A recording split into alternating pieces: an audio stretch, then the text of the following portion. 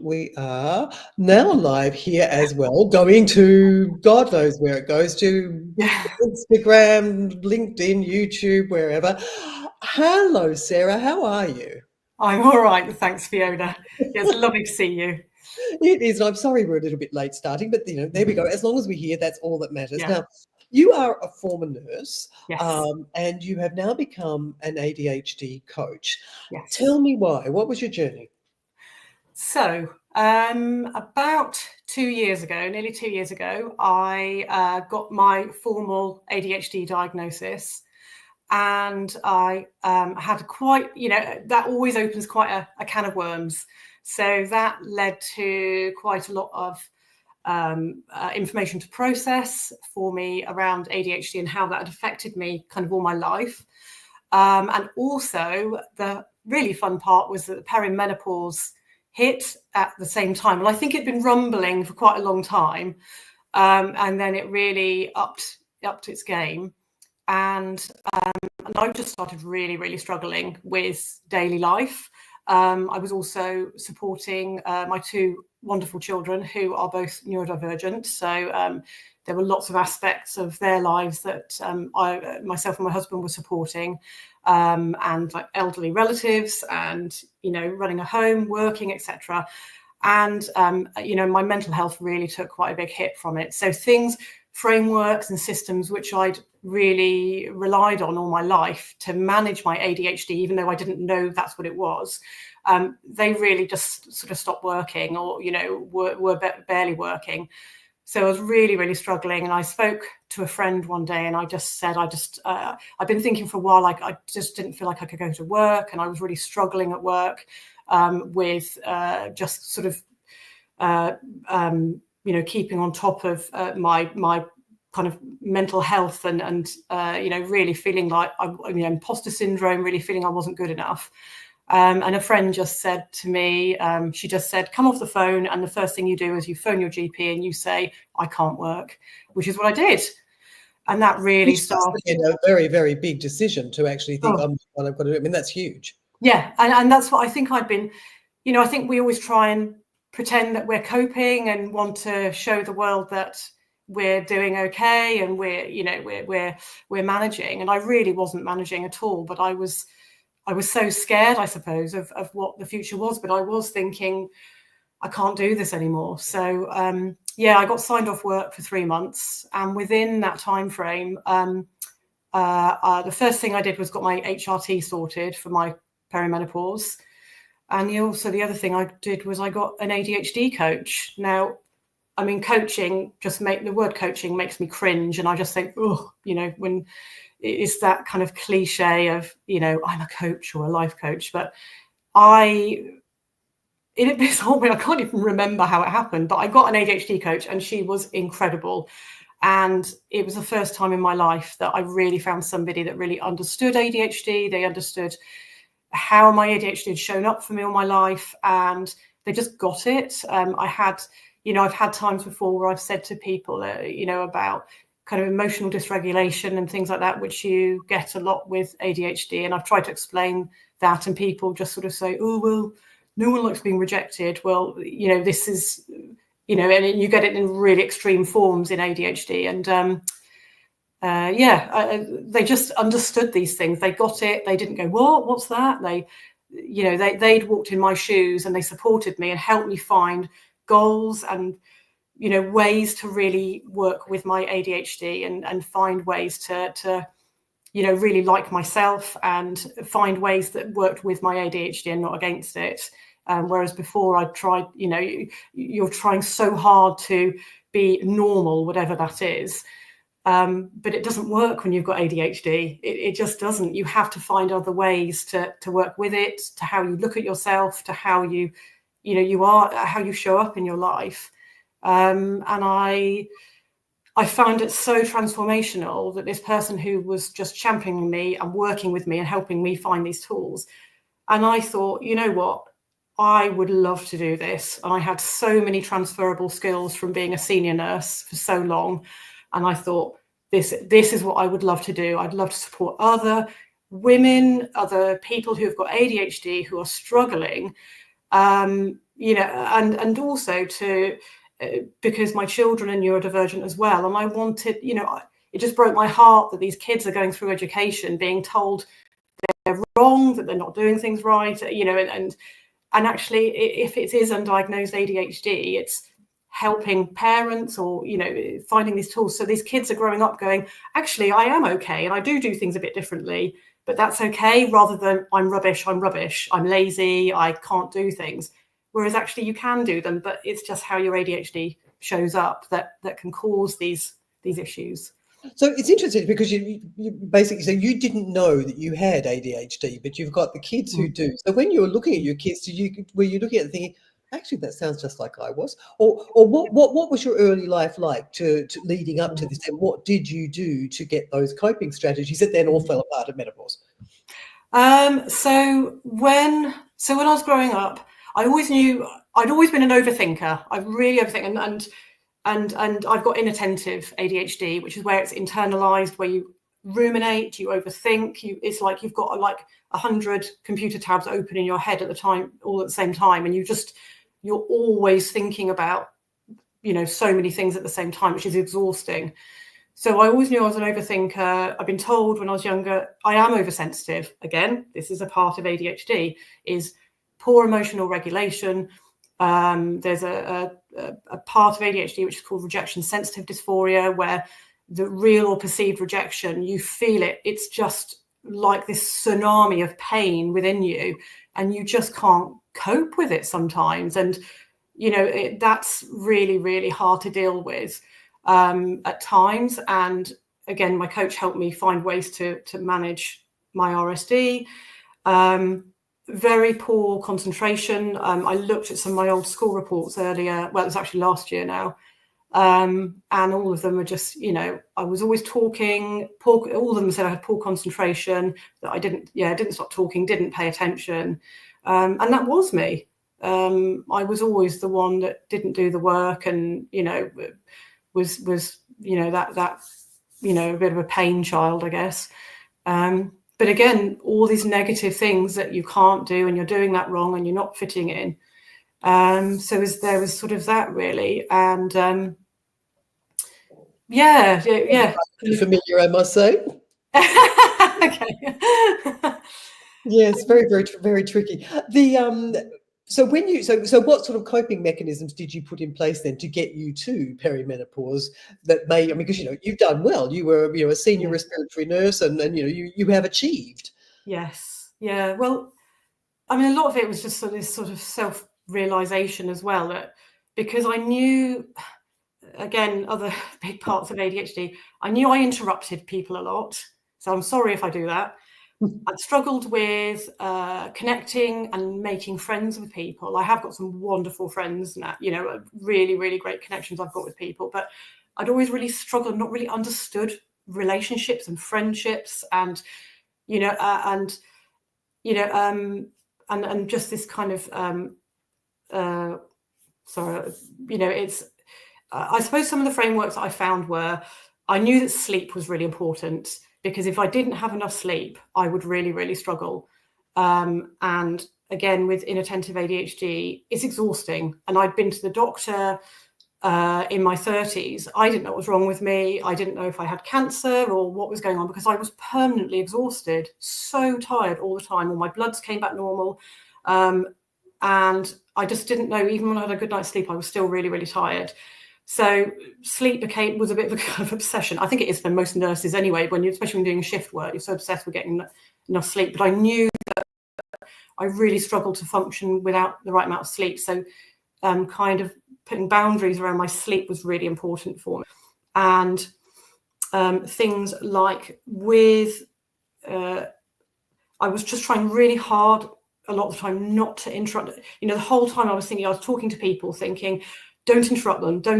You suddenly like, oh, I can do this. You want to talk with them. And then I'd be like, why did you say this? Why did and then just ruminating for days, and again causing exhaustion, because the whole time you're just thinking, why did I say this? So really, really trying hard not to do that. I don't really drink alcohol, because I found that then if I'm drunk, then I start oversharing, and you say too much, and then again then rumination afterwards. So that wasn't great. And I guess a lot of it, I used to just used to make loads and loads of lists. And if it makes you feel any better, I spend most of my life talking about my vagina, and apparently so if we're talking about oversharing, you're talking to the wrong person. You're fine here. Well, as long as it's in context, that's fine. Are these strangers? Are these people that you're saying this to? Anyway, I love it. I haven't got there yet, but there's time. It's just a progression. Yeah, exactly. Yeah, I'll aim. Yes, that's what I'll be aiming for. Yeah. So basically, yes, you have to prioritize sleep. You have to really, concentrate on not interrupting people and then not beating yourself up for it. So these are quite sort of difficult things to get to do. So then when you hit perimenopause and all of those hormones suddenly hit in, and it seems to be it's quite hard to find statistics on this, but there does seem to be a lot of people who are suddenly finding that they're getting diagnosed with ADHD, or the ADHD that they already knew that they had does manifest itself massively. So how then do you differentiate between what is just a menopause symptom, because we all know some of us can go slightly when it comes to menopause, and sleep throws up problems, or the lack of it, and the fluctuating hormones just making us moodier and more just difficult concentrating and all of those sorts of things. So how do you tell the difference between what's the ADHD and what's perimenopause? Yeah, that's a brilliant question. So really, you're looking at how you were growing up, how you were as a child. So you're again, it's memories from when you were a child, but also what your family would say that you were like, or you're really just reflecting on what you were like at school, what your school reports were like, that sort of thing. And if people are saying, oh, this suddenly happened when I became perimenopausal, but if during your life actually you hadn't struggled with a lot of these symptoms previously, if they are new, then it's quite likely that then therefore that's perimenopause and not ADHD. And I think it's very, very important to differentiate between the two, because the symptoms are so similar. With the poor sleep and emotional dysregulation, etc. Yeah, very, very much so. Yeah. So when you did you start? I forgot to actually ask you. Did you start HRT? Did you go on HRT? Did it make any difference? Yeah. No, HRT really was my priority to start, because because it protects your body, and your mind, and you can't really start dealing with your ADHD until you've got the foundations of your mind and your body set to sort of where they are naturally. So because I did also for years I'd had symptoms with aching joints and thought I had arthritis and and things like that. And of course you're worried about osteoporosis and all the long-term issues when you don't take HRT. For me personally, that was really, really important to get those baselines in first, and then I could start looking at my ADHD. But because your dopamine is estrogen is helps you that with the production of dopamine in your brain. So when your estrogen goes down, your dopamine goes down even further. So therefore, if that's still really low, you can't start dealing with your ADHD symptoms until your estrogen is to the natural baseline that it is for you. I mean, that's what I feel anyway, that you have to get those really important things ready, done first, so that then you're kind of as fit and able as you can be to then deal with the ADHD. Yeah. So you went off, you did the coaching course. So now when people come to you and they're in this kind of state, what do you take them through and how and what can they do that helps them? Well, ADHD coaching is really about the client. It's about what they are struggling with. So it's whether they are struggling with it's things that are showing up for them in their daily life. So they bring to the session what they need for that day. So whether that is relationships, or how they're coping in their job, and whether the job is right for them, or I mean, it can be anything. People have come to me where they're struggling with daily routines, like brushing their teeth and remembering to do things, or finding ways to explain to other people how their ADHD shows up. Sometimes people can have people around them, close family members or friends, who maybe are invalidating how they are, and they can go to them, but they're struggling to explain to people how this shows up for them. So I've worked with people around that before, and devising ways to write things down to say, this is how it shows up for me.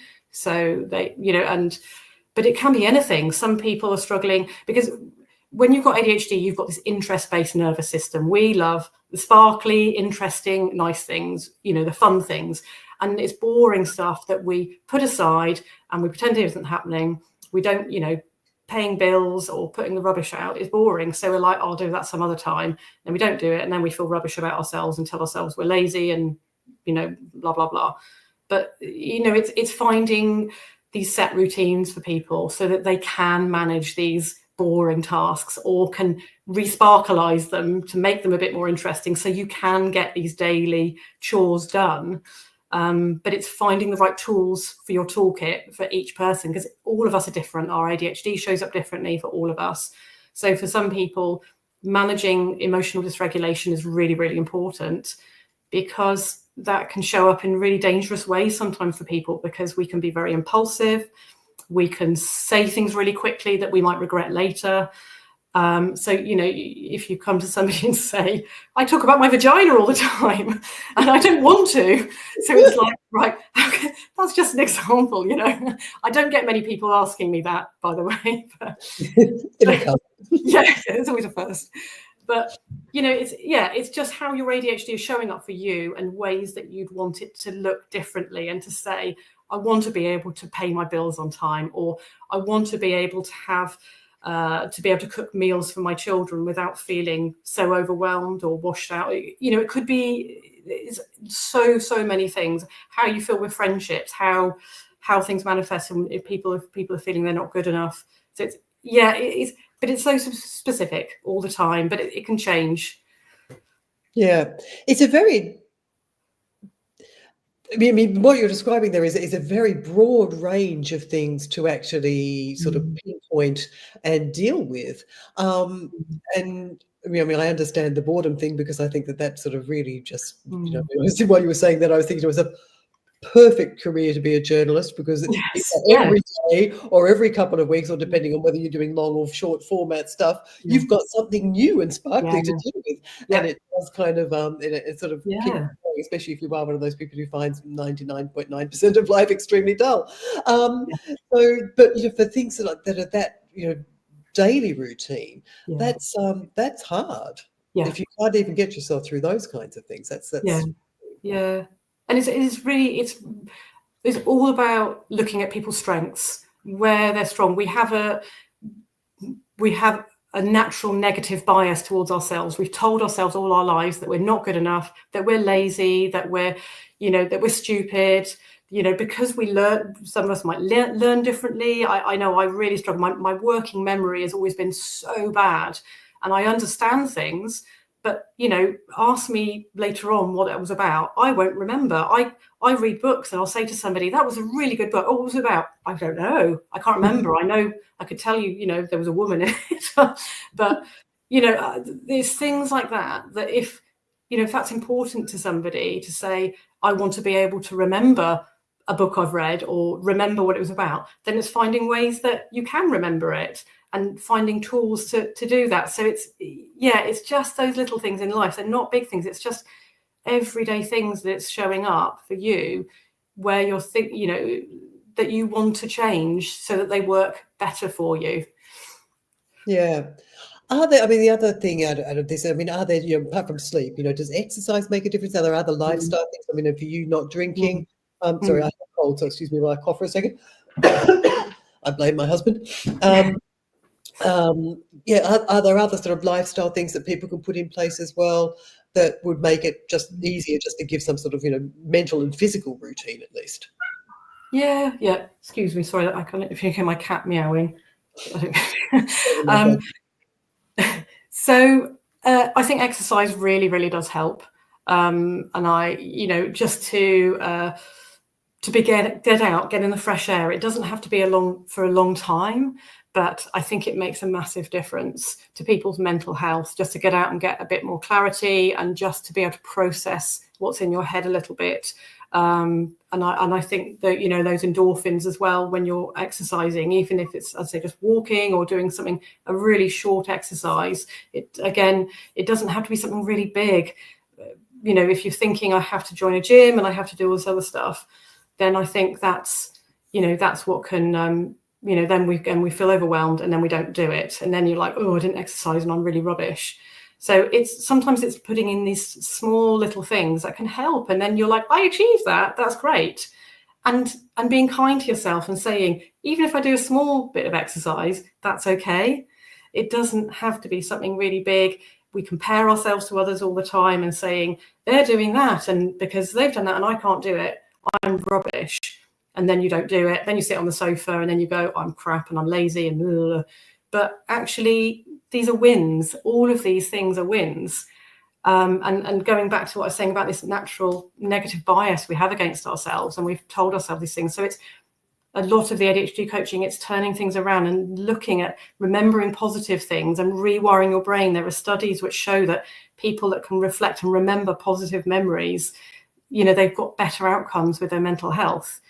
I haven't got links to these studies, but I know I heard it on it was on Radio 4. It was on All in the Mind recently. They were talking about this. So, it's just looking at things like that. And again, for me, not drinking alcohol really helped me because alcohol affects my sleep and my mental health. And then I'm ruminating, and all the other knock-on effects. So for me, it was a no-brainer just to not drink. And trying to eat better, that's something I'm still kind of working on. But it's tricky with looking after kids who are neurodivergent, because one of my children only eats very specific foods. So then it's very hard then meal planning and, certain foods you can make all these different meals every day. And I know some people do, but I just can't do that. And I find cooking extremely dull. So that's quite a chore for me, that, and following recipes, I can't follow recipes. So it's finding these meals. And again, this is something I've worked with my ADHD coach. So my husband cooks a lot of the meals, or he'll plan them, and we work together, and that's how it works for us. And again, looking at timeframes, because often then if I'm in a hyper focus or I'm thinking other stuff, then I forget to cook meals, and then it's quite late at night. And, so it's making sure I've got structures in place to make, that I am getting these things done, because it's for everybody else as well. And as a mum, you are supporting so many other people in your life that it's important to do that. I'm smiling away to myself here because I'm thinking I absolutely have to be this. I'm thinking about the recipes, and my mother used to make a choc almond meringue, and so I always just thought it was her original pavlova recipe, which I'd sort of memorized vaguely and never went back to look at. So I was making it the same way, and then I actually opened up her old recipe, or not, what I'd written down from her old recipe book years ago, and what I was making was completely different. It was absolutely the opposite, and I kind of thought, why do I never look at the recipes? Why do I never look at them? I mean, what I was making was absolutely quite fine, but it was not what she was making originally. Yes. Yes, there you go. Your structure's in place. When it comes to diet, people often talk about things like the importance of omega-3 in the diet as well, and a broad range of EPA, sort of omega, the fat oils. Do you think that's important in ADHD? They say, especially for kids. Yeah, well, I'm not an expert in things like that, so I don't know if I could advise that. But definitely, I do think these essential oils are great, and if your kids can't eat them, then definitely, one of my children has supplements, and we have vitamin D supplements in the winter. But I'd say that, it's these oils, isn't it, that are really, really important for us to be having. So while the rest of us are having fish and, mackerel and things like that, it's just finding alternatives that are not the same as the real thing, but hopefully as, better than nothing. Yeah, but apparently some of them are quite good. I know you've already answered this, but somebody has come in on the Instagram and they're asking the same question: does HRT help with ADHD? Hugely, yes, because it helped. As I was saying, it helped with my joint pain. It helped because then it was topping up my estrogen. So the estrogen is helping to produce that's what helps produce your dopamine, which is your this neurotransmitter for producing dopamine, which is what we're lacking in anyway with ADHD. So your estrogen goes down, your dopamine goes down even more, which is then why your executive functions, your procrastination, motivation, emotional, ways to control your emotions. I think I just said that already. But all of these things which you would struggle with just get so much worse because your dopamine's gone down even further. So for me, getting my HRT sorted was the biggest priority, because although my dopamine is lower because I've got ADHD, I wanted it to be kind of the highest it could be, if you know what I mean, before I then, tried, because I'm on ADHD medication as well. Which was my next question. Do they go together? Are there other medications? Can you do this without medication? If you do need medication, what types of medications are there? And there's a LinkedIn person here saying, yes, omega-3s are good. And she's also found ashwagandha, which I think people use for anxiety. And that was my other question I was going to ask you as well, which I completely forgot about, which was other symptoms that come with this with ADHD. Does it, increase your anxiety? Does it, how does it manifest in that way? Yeah. What was the first question? Thank you, whoever wrote about omega-3. That's really interesting. I really appreciate that. I couldn't remember what the next question was. You were saying about... I'll go back the other way and I'll do it. Other symptoms that come with it, anxiety and things like that. Does ADHD up that anxiety when you hit? Hugely. When mine got really, really much worse, I pretty much stopped socializing with people for about a year and a half. I've got close friends that I would maybe see every few months. I was really sociable when I was younger. I loved seeing people. I loved going out, and I just got to hate it. I didn't even like leaving the house. I would avoid going out the house as much as I could. So even with dropping my children at school or doing things like that, if I could, I'd get my husband to do it, because I just couldn't face seeing people, talking to people. I felt overwhelmed my sleep got worse. I felt just so overwhelmed, and my rejection sensitive dysphoria, just got very, very bad, where the whole time I was just thinking that, just telling myself how rubbish I was. And I'm just trying to think other symptoms, really. I was just so tired all the time. And, you just... you just lose confidence completely, and then I didn't feel motivated to do anything either. So I would have quite happily, I've always been somebody, I love exercising. I've swum all my life, and I used to run a lot, and then I just didn't want to do anything. Nope, I think I've lost you. Are you still there? Have we lost connection? Social anxiety got very well. Ooh. Yeah. So social, you froze there for a second. So social anxiety, loss of confidence, incredible tiredness, and just anxiety through the roof, which is not a lot of fun. Then that'd be to the other question: was other medications that do you have to have them? Can you get through without them? What are they? How do they work? Yeah. There are lots of different ADHD medications. I'm not, it's really down to each individual. You don't have to, but for me personally, I wanted to try them just to see how much it would help me. And I found that they do, but there's a saying, which is pills don't give you skills. So they can help to a point if that's what you want to take. So mine are quite a low dose, and they help with your focus. They help with my focus just for a few hours every day. And then I know that if I've got windows of things that I need to do with work or things I need to do, I know that then, I've got that motivation, and it helps me focus and get those things done. And it just means you're a bit, you're more efficient.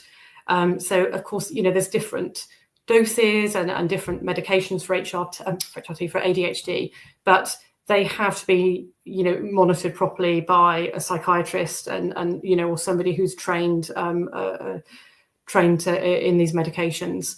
So usually they're done after you've had your diagnosis, then you get asked if you want to try the medications or not. So for me, I wanted to try them because I didn't want to be looking back on my life and thinking maybe that would have helped me. So I thought I'll try them, and because they've got quite a short half-life, it means that then they're only in the system for a few hours. So it's not, you take them and they help you that day, and then you don't have to take them next day if you don't want to. But for me, I take mine every single day. And there was well, it wasn't just national, it was a worldwide ADHD medication shortage, which I think is starting to tail off now. But that was about a year ago. That was really, really bad. It was very hard to get hold of medication. So at the time, my medication I could get hold of was in a much lower dose. So I just took that because I kind of had what I could, but I actually found a lower dose was better for me by accident because of the national shortage. So I just stay on that now, and I'm quite happy with that. Otherwise, I could get quite jittery. And again, this is why they need to be titrated and monitored initially by a trained physician, because they're a stimulant. They do affect your blood pressure, etc. So they do have to be monitored really carefully, and they've got to be done safely. But for me, it was just part of the picture. So getting the coaching. So it's like someone's likened it to. So when you get it's like your life has been this really messy room, and you've just got this mess around you all the time. So you get your diagnosis, and it's like you're given a pair of glasses, and you're given the diagnosis, and then you're like, oh, this is why my room's really messy. So your room's really messy then, and then when you get your medication, and then suddenly it's like a pair of glasses, and you can then see all this stuff there. But then you get the ADHD coaching to help you sort the mess out and go, right, how do I do this?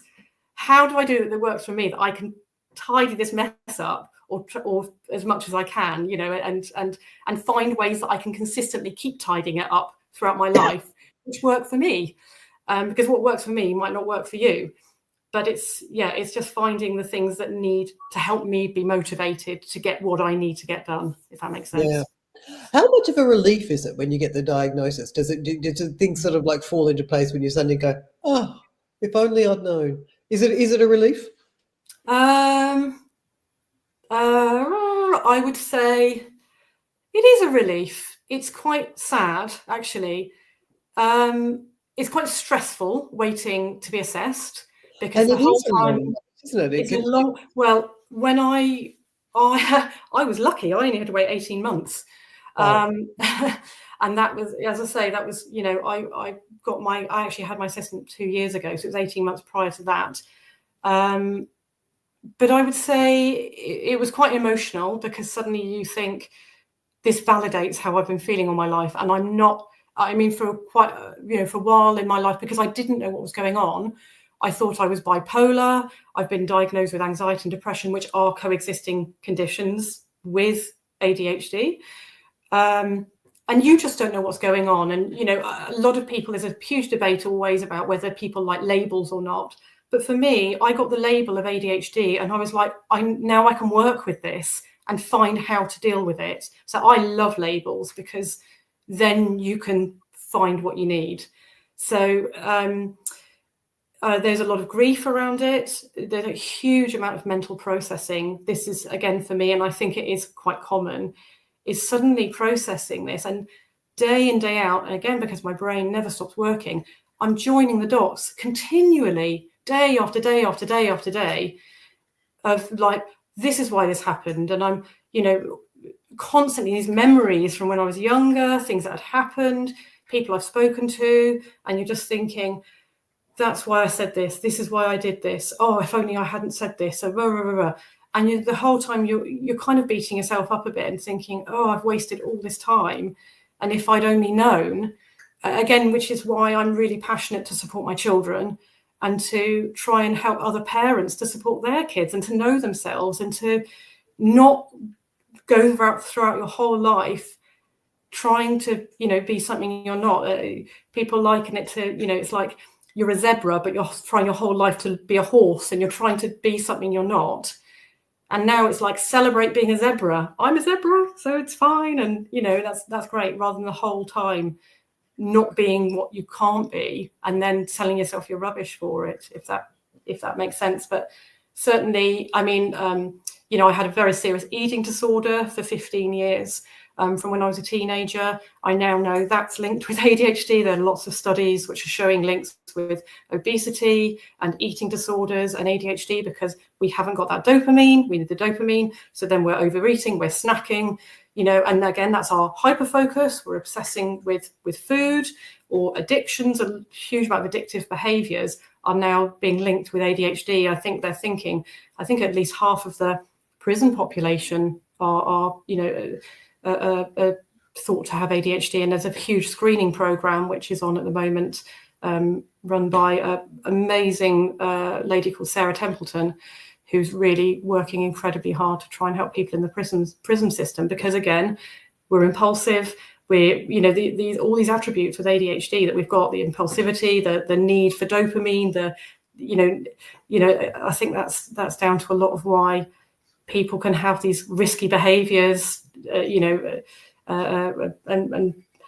that, can get people into trouble. But yeah, there's lots and lots of links. That again, that's what I was processing for so long, and I was thinking, oh my goodness, this is why this has happened, and this is why I did this, and this is why I wouldn't listen to my mum, and this is why I was quite wild when I was younger, and I just wanted to go out and party all the time, and it's a lot to do with. There's a question over here as well. How do you feel when undiagnosed people refer to having ADHD pre-diagnosis? Sorry, can you say that again? How do you feel when undiagnosed people refer to themselves as having ADHD before they've been diagnosed? I think you know it yourself. I think a lot of the time. I mean, maybe not. I mean, sometimes people will come, I imagine, and say, I think this is what it is. But I think everyone, it's somebody's individual journey, isn't it? And if somebody's saying I've got ADHD, undiagnosed ADHD, it's not up to me to say you haven't or you have. If that's what they believe and that's what they're feeling, I think that's valid. And that's sort of their journey, isn't it? And if they're then on the waiting list to be assessed for ADHD, then that's great. Good for them. And I really hope that they find out one way or the other whether they do. But I don't know. Yeah. I'm far more. Question: Are there sort of like with Asperger's and things like that? Are there scales of? I mean, obviously not every. You know very well. You haven't ended up in prison. So is there a sort of yet? Is there a sliding scale of sort of how much people lack in impulse control, or how much people can't concentrate, or how much are there? Does it must differentiate? It must. Yeah. What's the word I'm looking for? I've forgotten the word, but it must present differently. So I'm just going to let my cat just out there. Oh my God! There we go. Well, everybody's different. Everyone, again, it shows up differently in each individual person. It's going to show up differently, and I mean, I'm always late for things, always, and my time management can be quite bad, and yet, and I know some people with ADHD where it presents in a different way, where they're always early, like really early for things, because they get so anxious about being late. So it's down to each individual and how it shows up for them. So someone's ADHD can show up, in that they're not motivated to get things done. And for me, things turn into if I'm interested, they turn into a real hyper focus for me, and then I do get stuff done. But it just shows. I'm trying to think of other examples. Do you think there's an overlap as well with OCD? 100%. I know you said Asperger's, but actually it's all termed as autism these days. But there's so many coexisting conditions which go alongside ADHD, and it's thought that if you have been diagnosed with ADHD, you're very likely to have at least 2 or 3 other coexisting conditions like autism, OCD, addictive behaviour, let me think what other ones. I'm going to think of them all when we've come off the call. PMDD for women. I think there's a huge amount of hormonal things which are coexisting conditions with ADHD as well. Trying to think what other things. Yeah, I'll probably think of them later on, but yeah, because it's a whole bucket load of stuff there, isn't there, to go through? So, are you only seeing people then who have been diagnosed, or are you? Yeah. No. If people are awaiting assessment or they suspect they have ADHD, then I'm really, really happy to have a call with them, and then we can talk through where their struggles are.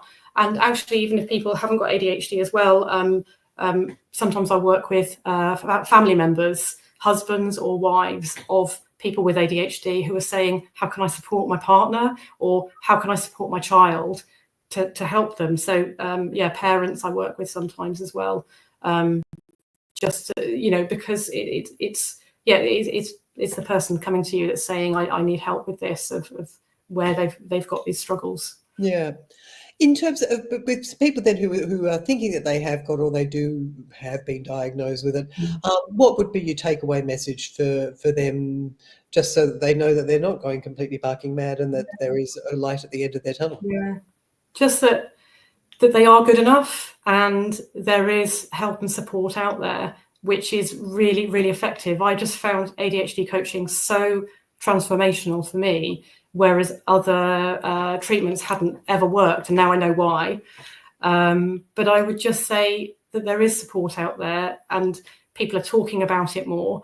And I think, therefore, then there's better education and knowledge. Of course, you've got to be talking, there's so much rubbish out there as well on social media, than people, saying incorrect things. But it's just making sure you're talking to people that are trained professionals, and people that have got that background where they've got that information. But just that, you are good enough, and there's nothing wrong with you. It's just your brain's wired differently to other people's, but it doesn't mean you're any less than anybody else. Yeah. Is there, this is another stupid question, but just in terms of, is there, when you say you're thinking you're constantly not good enough all the time, is there also then a need for validation all the time, for people to be telling you that you are good? That might make people think that perhaps you're sort of, slightly, I don't know, you're always needing me to tell you how good you are. Yeah. Is there any part of that or not? Yeah. I don't know. Maybe I suppose that's going to show up and present for some people, but I think for me it was really internalized. It was just this internal monologue all the time, but I just didn't really, sometimes you share it with people, but I wouldn't be saying it outwardly to people a lot. But it was just that it was an inward monologue for me more than anything, and then just trying, and finding ways to try and turn that around, and finding ways to go, actually, I am all right. And it doesn't matter if I haven't just washed the dishes straight away, or I haven't done this, because I will get it done, and that's okay. Whereas previously I would have gone, oh, you're so rubbish, you didn't go and do that, and you hadn't got it right. And so many of us are perfectionists, we're people pleasers. And then when we're not, getting things what we think are right, we're very hard on ourselves. But it's just learning to be gentle with yourself, and just say, actually, I'm okay. And good enough is good enough. Perfection does not exist. No, that's very, very true. It is hard to take that on, though, sometimes, especially if you are a people pleaser. And that's learning how to say no. Is it hard for people to learn to say no? It's up to them. If they want to learn how to say no, you can find a way. And that's the thing, again, with the ADHD coaching, you have to be motivated to want to change. I'm not going to wave a magic wand and do it for you. You have to put in the work. If you're saying, I want to change this, you've got to do it as well. But certainly, it's that's the thing, isn't it? Yes, exactly. The very lovely Lisa Watson is asking you a question. Lisa! Lisa, who is a menopause nurse, do you offer advice on how? Oh, I can't even read today. There you go.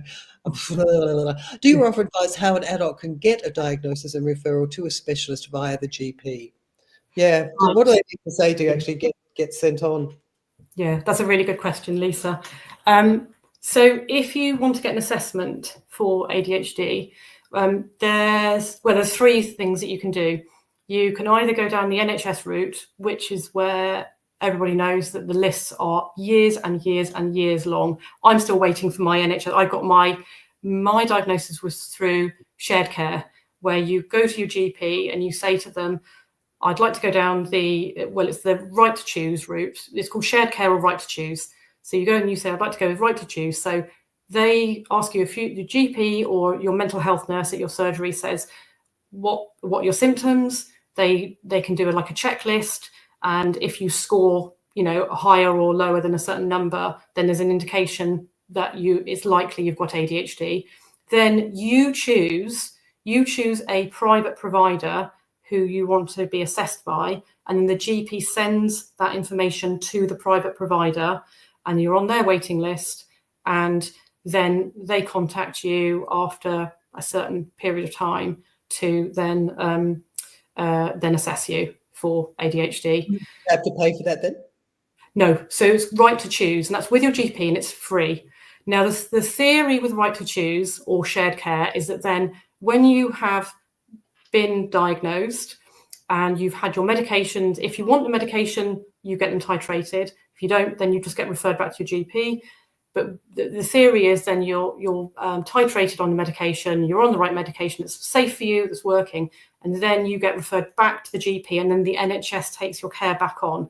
Now, that's the theory, but this is now being stopped by a huge amount of GPs in the UK because there's a big hoo-ha from the powers that be within, sort of government and NHS England and whatnot, where the GPs aren't getting paid extra money to take on board this care back again. So the GPs are saying, we're not doing this. So I know there's a lot of information at the moment going around, and there was a Radio 4 programme last week on You and Yours about this, where people are going with right to choose, and then we go back, and this is what happened to me, where we go back to the GP and then say, and the GP says, no, thanks. And then you get bounced back again.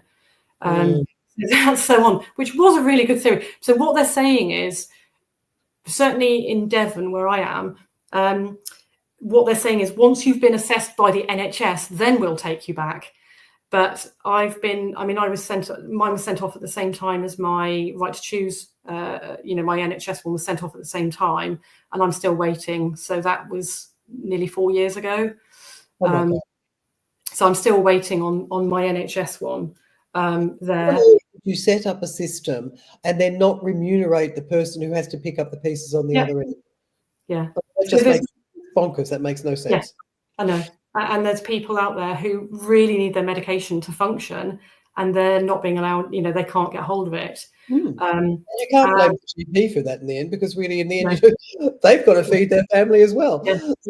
And also, the GPs aren't trained. They're general practitioners. They're not trained. They've got very limited training on ADHD. So if they feel it's not going to be safe, and they're not getting paid to do this, they won't do it. So there's that. You can pay privately, which of course that costs an arm and a leg. And again, you're paying for private prescriptions every month, which are normally £150 to £200 a month. Or as I say, or the NHS where you're waiting. So it's those three systems that you've got, but none of them are great for various reasons. And and I found on top of that, then I was also fighting for some of my HRT as well, because GPs aren't prescribing testosterone as well, or they're rejecting it, or so it's really, really hard for women, because all we're trying to do is fight to get to a place where we can function, where the menopause is holding us back, the ADHD is holding us back, and it just makes me so angry that we're being let down by this. And also because of ADHD, then we're struggling with motivation. You're getting overwhelmed. I'm thinking to myself, I've got to phone the GP and wait for ages. And again, this is just the way it is. But you phone up and you're 16th in the queue, and then you phone up and say, "Can I speak to somebody about the menopause?" And they go, "Oh, well, we've got no appointments at the moment because they're all used up. So phone back again tomorrow at whatever time." And you phone back again, and you're back in the top of the queue, the end of the queue. So it puts you off, and then you just don't do anything, and you just think, right, well. So that's what makes me so cross, because we're fighting all the time. Then we're fighting for our kids who are waiting on assessments or waiting on support from CAMS, or and then we're supporting elderly relatives, and we're trying to work, and we're trying to run a home, and but the basic. Storm, pardon? Becomes a perfect storm. Absolutely, but things like just to be able to function, so your brain chemistry's normalized to a point, getting that right, those right foundations, even to fight for those, so that then we can function every day to then do all the other things, all these other plates that we're spinning, and that's just what makes me really, really cross. Yeah. And also then, it brings home how important it is to have the tools that you can provide to people. So at least while they're waiting, or once they're on the path that they want to be on, that they've got that toolkit in there that they can sort of function with. So where do people find you, should they wish to find you? So I'm on LinkedIn, Sarah West, and my website is www.sarahwest, that's all one word, -adhd.com. I've got free downloadable resources on my website, which are on hormone trackers and ADHD trackers, just to see which boxes you are ticking if you are thinking that maybe you have got ADHD, so that then you've got that information you could take to your GP if you wanted to validate how you're feeling, these symptoms. So you can go and say, I've been through these and I tick these boxes, and this was like this beforehand. So you've got that there as a piece of paper, a template. And also there's another download which is just talking about how your hormones affect your ADHD, and again, whether it is ADHD or just perimenopause, just so that people are really clear on what's causing what, and so that helps to validate things as well. Yeah. Tricky time, a very, very tricky time. That if it weren't bad enough as it is, then just suddenly have something that you've probably been really struggling with all your life, then to have that blow up a million times worse in your face. It's sort of like, it's not really what you need. No. And it'd be good, from talking to you, there's very, very little research out there on hormones, ADHD, yes, perimenopause, and this is something which I'm, and as a nurse, I'm really, really keen to be looking into this in the future as well. Again, to have ideally, what sort of research would you want to see done? Says she, running a menopause research and education fund, which does not have enough money. So if you are watching, subscribe, donate. I'm going to end up being like Stephen Bartlett, and I'll be, what people should be saying all the time. What research would you like to see done?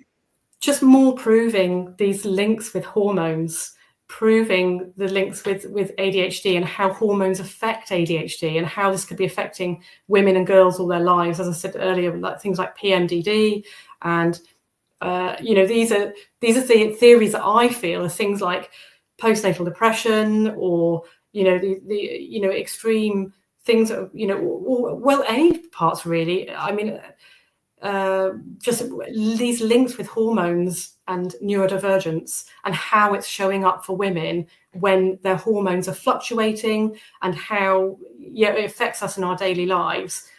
Sorry, I'm waffling now. Yeah, it needs to be done. So much needs to be done.